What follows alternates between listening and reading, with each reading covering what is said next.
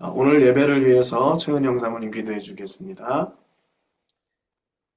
하나님 아버지, 오늘도 이렇게 저희가 한 자리에 인터넷으로 모였지만 예배할 수 있게 하여 주신 것을 감사드립니다. 오늘은 며칠 만에 햇볕이 쨍하니 아주 밝고 화사한 아침을 열어주심에 감사합니다. 그러나 태풍 밀톤은 미국을 거쳐가며 많은 인적, 물적 피해를 남기며 그 위험을 떨쳤습니다. 사람이 죽고 많은 사람들이 고통받고 있습니다. 어려움에 처한 사람들을 위로해 주시고 속히 일상으로 회복할 수 있도록 하나님 오른 손길들을 모아주시기를 원합니다. 주님, 음, 모든 것이 주님의 손에 있음을 이 자연을 통해서도 다시금 일깨워 주심에 감사드립니다. 모든 것의 변화 속도가 가속 페달을 밟은 듯이 변하며 한치도 예상할 수 없는 시대에 살고 있습니다. 주님 긍휼을 베풀어 주시고 모든 크리스찬들이 주님의 말씀에 온 마음과 생각을 집중하고 그 말씀대로 살아갈 수 있도록 성령 충만하게 하여 주시옵소서.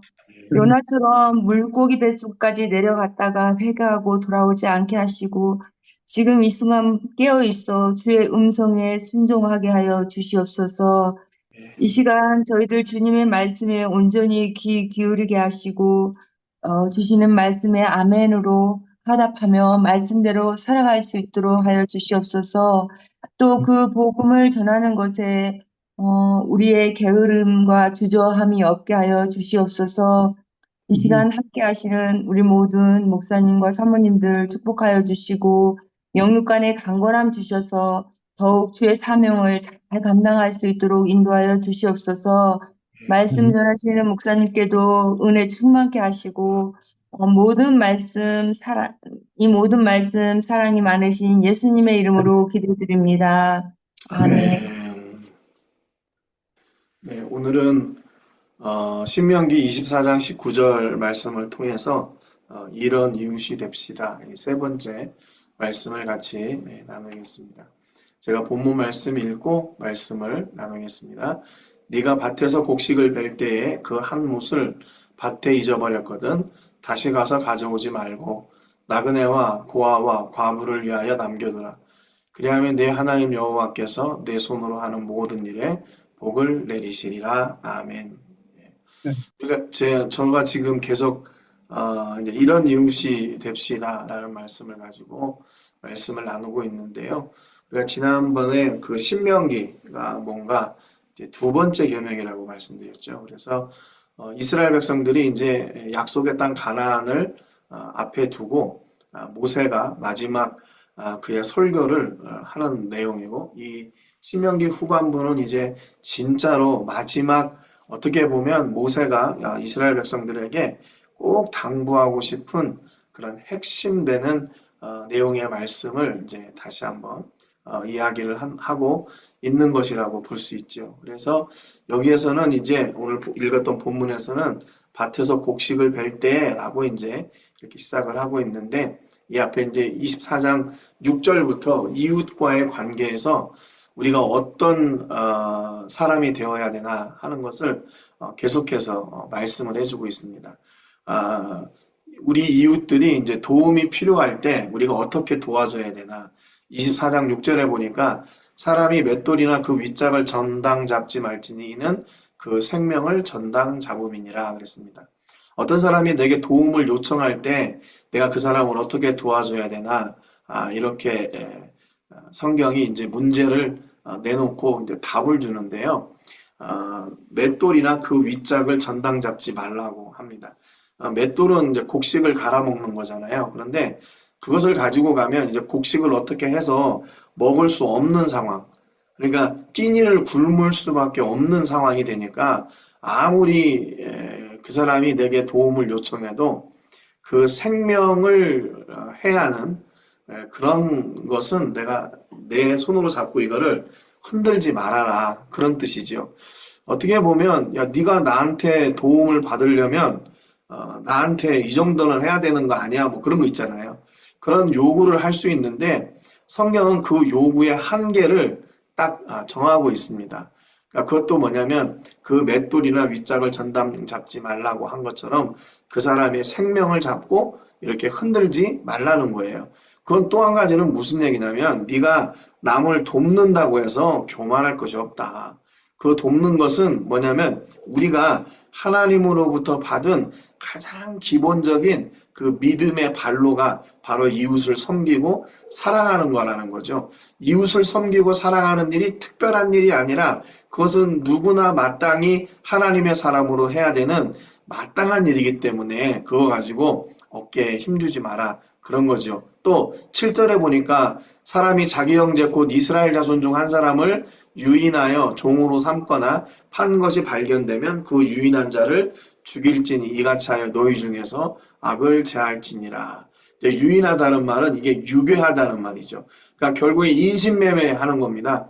그래서 생명을 위협하고 그 사람의 존재를 그 생명의 가치를 완전히 물건처럼 이렇게 땅바닥에 떨어뜨리는 그런 악한 일들은 너희 백성들 가운데서 완전히 제해버려라. 철저하게 분리시켜야 된다고 성경이 말씀하고 있는 거죠. 그래서 만약에 우리에게 있는 어떤 힘이 있다면 그 힘을 어떻게 사용할 것인가? 남을 돕고 섬기고 사랑하고 하는데 사용해야지 그것을 남을 겁을 주거나 또 남을 이렇게 아래로 깔고 내가 그 위로 이렇게 군림하려고 하는 일에 사용해서는 안 된다고 얘기하고 있고요. 사람의 생명의 가치가 얼마나 귀한 것인가 하는 것을 이렇게 말씀하면서 그 공동체가 하나님의 온전한 공동체, 하나님의 백성으로 세워지기 위해서는 그 불량한 죄, 진짜 이 사람을 팔고 사는 그런 죄를 철저하게 제해하는데 그 사람은 죽이라고 이렇게 말씀하고 있어요. 두 번째는요. 이웃에게 구워줄 때입니다. 이웃에게 구워줄 때는 어떻게 해야 되냐? 너는 그의 집에 들어가서 전당물을 취하지 말고 그래요. 이것도 역시 마찬가지로 어떤 사람이 내게 이제 꾸임을 당하는데 좀 구워주십시오 했는데 내가 좀 뭐가 있다고 그 집에 들어가서 자기 마음대로 막 이것저것 이렇게 함부로 해가지고 전당물을 내 마음대로 취하지 말래요. 어떻게 해야 되냐? 너는 밖에 서 있고 내게 꾸는 자가 전당물을 밖으로 가지고 나와서 내게 줄 것이며 그가 가난한 자이면 너는 그의 전당물을 가지고 자지 말라. 그러니까 그 전당물을 잡은 거를 가지고 하루를 보내지 말라는 겁니다. 그러니까 가난한 사람을 도와주는데 아니 도와주는데 그게 좋은 거고 또 도와주는 사람이 얼마든지 조금 이렇게 의시될 수도 있는 거 아니에요. 그런데 성경은 결코 그것을 용납하지 않습니다.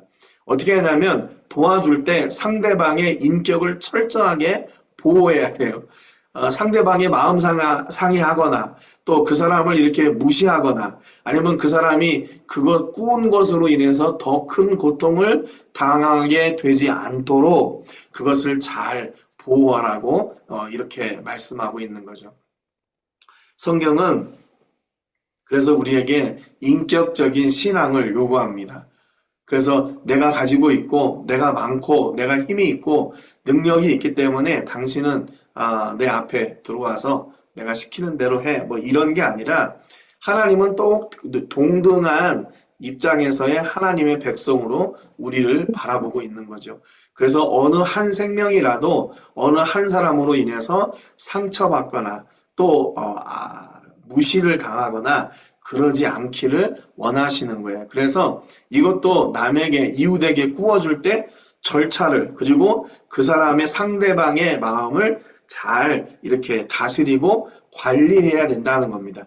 왜냐하면 13절에 이렇게 말씀했어요. 해질 때 그 전당물을 반드시 그에게 돌려줄 것이라. 그리하면 그가 그 옷을 입고 자며 너를 위하여 축복하리니 그 일이 내 하나님 여호와 앞에서 내 공의로움이 되리라 그랬습니다. 여러분 우리 그리스도인의 공의 여기 공의 히브리 말로 체다카라고 해놨는데 이게 의로움, 공의, 의로운 행위 그런 뜻이에요. 근데 우리 그리스도인들이 하나님 앞에서 의롭다 칭함을 받을 때가 언제인가 하면 우리에게 도움을 받은 사람들이 우리를 위해 축복할 때 이게 우리가 하나님 앞에서 누리는 그 공의가 된다고 성경은 말씀하고 있어요. 그러니까 내가 어떤 사람과의 관계에서 혹여나 그 사람이 나로 인해서 상처받아가지고 나로 인해서 이렇게 나쁜 말을 하거나 하나님 앞에 어떻게 예수 믿는 사람이 저럴 수가 있죠? 뭐 이렇게 하는 것은 우리가 하나님 앞에 불의한 일이 된다는 거죠. 그런데 우리에게 도움을 받고 그 사람들이 저 사람은 참 저렇게 인격적으로 우리를 돕는구나. 우리를 정말 사랑해서 이렇게 돕는구나. 하나님 저 사람을 기억해 주시고 저 사람에게 복을 주세요. 이렇게 하나님께 기도하는 것이 우리에게는 하나님 앞에서 누리는 공의가 되고 상급이 된다는 거죠. 우리의 의로움 또는 우리의 공의를 우리는 어떻게 생각하냐면 거룩이라는 것을 교회에 열심히 다니고 성경책을 몇십 번씩 읽고 통독하고 암송하고 이래야 되는 것으로 착각하고 있는데요. 우리에게 도움을 받은 사람들이 우리를 어떻게 보느냐. 그게 하나님께서 우리를 평가하시는 공의의 어떤 기준, 그 잣대가 될 수 있다는 겁니다. 그러니까 우리가 선교지에서 또 이 공동체의 삶을 이렇게 살아가면서 때로는 우리가 도움을 줄 때도 있고 도움을 받을 때도 있거든요. 그런데 더 조심해야 될 때가 언제냐면 도움을 줄 때라는 거죠. 우리가 그리스도의 이름으로 도움을 주고 그리스도의 이름으로 섬기고 또 하나님의 이름으로 사랑하는데 거기에서 결정적으로 하나님의 모습이 드러나지 않고 내 모습만 드러나게 된다. 그러면 그것은 하나님의 공의가 우리에게 임하지 않겠죠. 그래서 내가 정말 철저하게 하나님의 모습을 드러내고 하나님의 이름만 드러낼 때 그분의 사랑으로 섬길 때 도움을 받는 사람들이 우리에게 임하고 계시는 우리와 함께 하시는 그 하나님을 보고 하나님을 고백하고 우리에게 축복의 기도를 하나님께 우리를 기도할 때 우리가 바로 그것이 우리의 공의가 된다 그랬습니다. 그래서 이 앞에서 우리에게 어떤 사람이 도움을 요청하고 또 우리에게 필요를 이렇게 이야기할 때 그것으로 인해서 야 기회가 왔다. 내가 너를 이렇게 내 마음대로 하겠다 이런 것이 아니라 정말로 그때 더 섬김의 모습으로 사랑의 모습으로 그리스도의 모습으로 하나님의 사랑이 이렇게 실현되어질 때 이 도움을 받는 사람들은 그 속에서 하나님을 경험하게 되고 또 우리를 위해서 하나님께 기도하고 축복하는 그런 은혜가 있게 된다는 거죠. 또 세 번째, 이웃을 고용할 때 또 얘기합니다. 14절에 보니까 곤궁하고 비난한 품꾼은 너희 형제든지 내 땅 성문 안에 우구하는 객이든지 그를 학대하지 말며 그 품삯을 당일에 주고 해진 후까지 미루지 말라. 이는 그가 가난함으로 그 품삯을 간절히 바람이라. 그가 너를 여호와께 호소하지 않게 하라. 그렇지 않으면 그것이 내게 죄가 될 것임이니라 그랬습니다. 이제 그리스도인으로서 이제 이웃을 고용할 때가 있지요. 또 일을 하는 어떤 계약을 맺고 정당한 고용과 고용주와 고용인의 관계가 될 수 있을 때 그런 때는 또 어떻게 해야 되냐. 곤군하고 비난한 품꾼은 함부로 대하지 말라지. 이것도 학대하지 말라. 그리고 그 품삯을 당일에 주고 해진 후까지 미루지 말라. 지금으로 얘기하면 공정한 공평한 약속된 그 품삯을 주고 그것을 가지고 미루거나 하지 말라는 거죠. 왜냐하면 거기에서 일하는 사람은 가난함으로 그 품삯을 간절히 바람이라 그랬어요. 그러니까 그 사람이 간절히 바라는 것을 함부로 네 마음대로 이것을 이렇게 결정하지 말라 그런 거죠. 그래서 여기에도 보면 그가 너를 여호와께 호소하지 않게 하라 그랬어요. 이 호소한다는 말은 뭐겠습니까? 하나님 앞에 고발하는 거죠. 앞에서는 하나님 앞에 내가 저 사람에게 의의를 입어서 나를 위해서 축복의 기도를 하는데 여기는 나에게 상처를 받아서 무슨 호소를 하냐면 여기는 당연히 진노의 호소겠죠. 그리고 저주의 호소겠죠. 그런데 그것으로 인해서 이게 우리에게 죄가 된대요. 상대방이 나에게 어떻게 호소하느냐에 따라서 그것이 내게 축복이 될 수도 있고 그것이 내게 저주가 될 수 있다고 성경은 말씀합니다.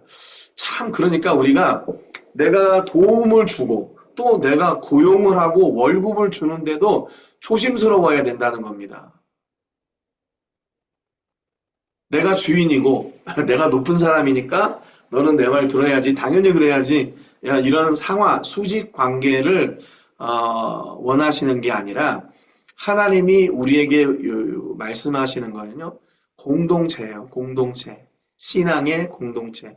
그래서 특별히 우리가 이렇게 사역을 하면서 어떤 나누거나 아니면 이렇게 뭐 코로나 기간 동안에는 이렇게 구제하거나 할 때 그래서 참 조심스러운 부분들이 많이 있어요. 조심스러운 부분들이. 그래서 혹시나 그 사람들이 자존심 상하지 않을까? 혹시나 도움을 받는 사람들이 마음에 상처받지 않을까? 그것을 늘 조심조심하고 노심초사합니다. 이게 좀 말이 좀 그렇죠.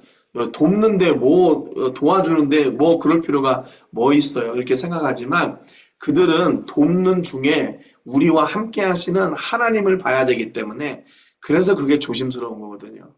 그래서 우리의 모습은 감추고 그분의 사랑으로 섬기고 또 혹시 거기에 온 사람들이 마음에 상처받거나 또 부담이 되거나 그러지 않도록 최선의 노력을 하는 거죠.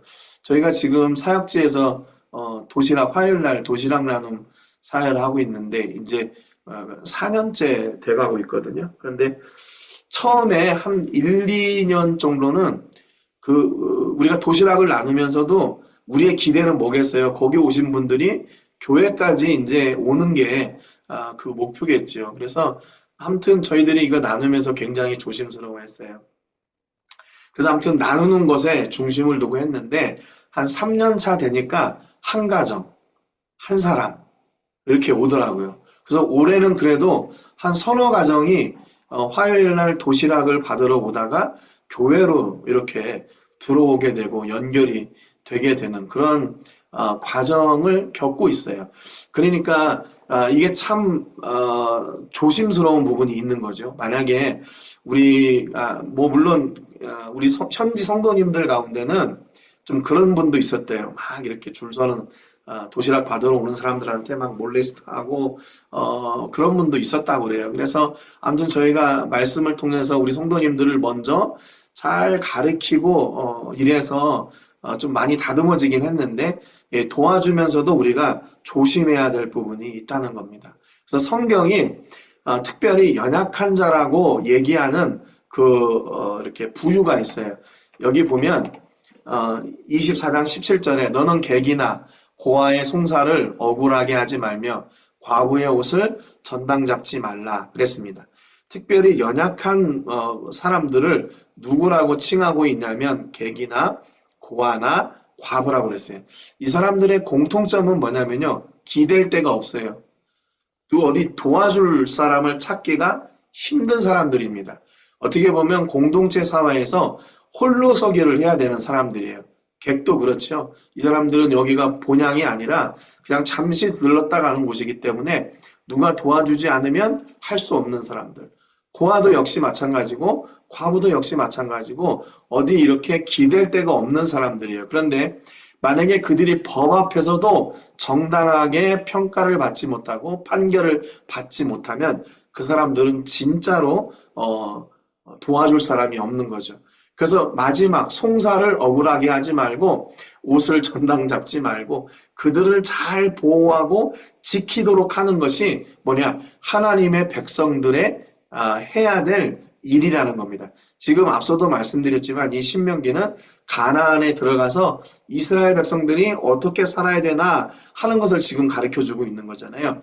그러니까 그 땅에 가서 혹시라도 의지할 곳 없는 사람들이 있을 때 또는 우리 공동체 가운데 의지할 곳 없고 누구 하나 편이 되어줄 사람이 없는 그런 외롭고 또 연약한 사람들이 있다면 그들을 공평하게 평등하게 대해야 된다는 거예요. 뭐요? 마지막 보루는 법 앞에서 법 앞에서 그들이 평등한 평가를 받을 수 있도록 해야 된다 그랬습니다. 19절에 보면 네가 밭에서 곡식을 벨 때 그 한 뭇을 밭에 잊어버렸거든 다시 가서 가져오지 말고 나그네와 고아와 과부를 위하여 남겨두라. 그리하면 내 하나님 여호와께서 내 손으로 하는 모든 일에 복을 내리시리라 그랬습니다. 그리스도인들이 복을 누리는 통로가 있는데 그건 뭐냐면 나그네와 고아와 과부를 위해 또 아량을 베풀고 또 그들을 섬기고 그들을 보호할 때 하나님은 오히려 우리에게 그 복을 주시겠다고 말씀하시는 겁니다. 그러니까 나를 먼저 생각하지 말고 내 것을 채우려고 생각하지 말고 그것이 혹시 필요한 사람이 있나 혹시 필요한 사람이 있나 그걸 보고 그들이 그것을 누릴 수 있도록 남겨두라고 한 거죠. 여지를 두라고 한 겁니다. 추수할 때는 어떻게 보면 1년 동안 공들인 것을 이제 다 거두어 두리는 그런 시기잖아요. 그래서 만약에 추수를 제대로 못하면 그 농사를 짓는 사람이 망할 수도 있는 그런 시기예요. 굉장히 중요한 시기잖아요. 그래서 한 톨도 놓치지 않고 그것을 다 거두어 들어야 된다. 이게 주인의 마음일 겁니다. 그런데 혹시라도 한 단이라도 잊어버리고 가져오지 않았으면 그것을 내버려 두라고 이렇게 말씀하셔요. 왜냐하면 그 한 단이 없어도 그 주인은 뭐 밥을 굶거나 그러진 않기 때문에. 그런데 그것이 꼭 필요한 사람에게는 그것이 작은 것이라 할지라도 큰 것이 될 수 있으니까. 그런데 그 작은 것을 나그네와 고아와 과부를 위해서 남겨두었는데 하나님은 우리에게 모든 일에 복을 내리신다고 그랬어요. 우리는 작은 것에 순종하고 작은 섬김을 하고 작은 사랑을 나누었는데 하나님은 우리의 나눔과 그 사랑을 아시고 우리 하는 모든 일에 복을 내리신다고 약속하고 계시는 겁니다. 여러분 그러니까 이게 얼마나 남는 장사입니까? 남을 섬기는 거, 이웃을 사랑하고 나누는 것이 우리에게는 마이너스가 아니라 플러스 알파가 되는 거예요. 빼기가 아니라 이건 곱하기 정도가 되는 거죠. 내가 하는 모든 일에 범사에 하나님께서 복을 주시겠다고 약속하셨어요. 또 20절에 보니까 네가 네 감람나무를 떤 후에 그 가지를 다시 살피지 말고 그 남은 것은 객과 고아와 과부를 위하여 남겨두며 네가 또 포도원에 포도를 딴 후에 그 남은 것을 다시 따지 말고 객과 고아와 과부를 위하여 남겨두라 그랬습니다. 지금 성경이 계속 집중하고 있는 그 아까 부류들이 누구인가? 고아와 객과 과부를 위해서 우리가 이 공동체가 그들을 그리스도의 사람으로 온전히 섬겨야 된다고 말씀하고 있어요. 역시 추수할 때 감람나무 떤 후에 그 가지를 완전히 다 하지 말라는 거예요. 다 털지 말라는 거예요. 포도원에 포도를 딴 후에도 남은 것이 있다면 그냥 내버려 둬라. 그 말입니다. 이건 사실 우리가 이게 농사를 짓지 않았기 때문에 이게 어떤 의미인지 잘 모르는데 앞서도 말씀드렸지만 이게 한 해 동안 또 그 열매가 맺어야 되는 시기 동안 그 농부가 얼마나 나가서 그 일을 했겠어요. 그런데 마지막 추수할 날에는 내가 땀 흘린 것을 다 거두어 드리는 것이 아니라 그것을 가난한 사람들 또 의지할 곳이 없는 사람들을 위해서 배려하고 남겨주고 그들을 위한 몫을 따로 챙겨 두라는 거죠. 그러면 무엇인가 하나님이 그거를 기억하시고 우리가 하는 모든 일에 복을 주시겠다 약속하시는 겁니다. 그러니까 결국 우리가 가지고 있는 것을 나눌 때 하나님이 우리가 가지고 있는 것을 이렇게 마이너스 해가지고 우리를 가난하게 하려고 하시는 것이 아니라 우리에게 있는 것을 나눌 때 하나님이 우리에게 더 큰 것을 주시려고 하시는 하나님이 복 주시는 방법인 거죠. 복 주시는 방법. 그래서 우리가 복을 누리는 방법은 무엇인가? 그리스도의 사랑으로 나눌 때 우리가 복을 누리게 되는 거죠. 근데 이 신명기에서 왜 모세가 이스라엘 백성들에게 이렇게 이웃을 위해서 그들을 기억해야 되고 그를 배려해야 되고 그를 무시하거나 그의 인격을 이렇게 가치 없는 것으로 만들지 말라고 그랬냐면 이 18절에 이렇게 얘기합니다. 너는 애굽에서 종되었던 일과 네 하나님 여호와께서 너를 거기서 속량하신 것을 기억하라. 그러므로 내가 네게 이 일을 행하라 명령하노라 그랬습니다. 그러니까 지금 이 모세가 이스라엘 백성들 앞에 말하는 게 뭐냐면요. 너희들을 생각하라 그 말이에요. 너희들이 지금 애굽에 있다가 광야를 나와서 그 40년을 어떻게 온전하게 버틸 수 있었는지 기억해 보라는 거죠. 근데 그 기억하면 누가 드러나요? 하나님이 드러나시죠. 하나님의 은혜 없이는 단 한순간도 살 수 없는 사람들이었는데 하나님의 은혜로 이렇게 약속의 땅까지 들어가게 되니까 너희는 어떻게 해야 되냐? 그 은혜를 이제 너희 이웃들에게 베풀어라. 그렇게 말씀하고 계시는 겁니다. 하나님은 내게 사랑을 주시고 내게 은혜를 주셨는데 나는 그 사랑을 우리 이웃들에게 나누라고 말씀하시는 거예요. 그래서 하나님이 주신 그 은혜를 기억하고 그 은혜의 일들을 행하라 그랬어요. 22절에도 너는 애굽 땅에서 종되었던 것을 기억하라. 이러므로 내가 내게 이 일을 행하라 명령하노라. 그러니까 두 가지입니다. 기억해라. 그리고 행하라. 여러분, 우리가 이웃을 섬기고 사랑할 때 우리는 어떤 자세로 이웃을 섬기고 사랑해야 되나? 하나님이 내게 주신 은혜를 먼저 생각해야 돼요. 내가 이 큰 은혜를 받았구나. 그래서 이것은 무엇인가? 내게 주신 그 은혜를 값없이 나누는 거죠.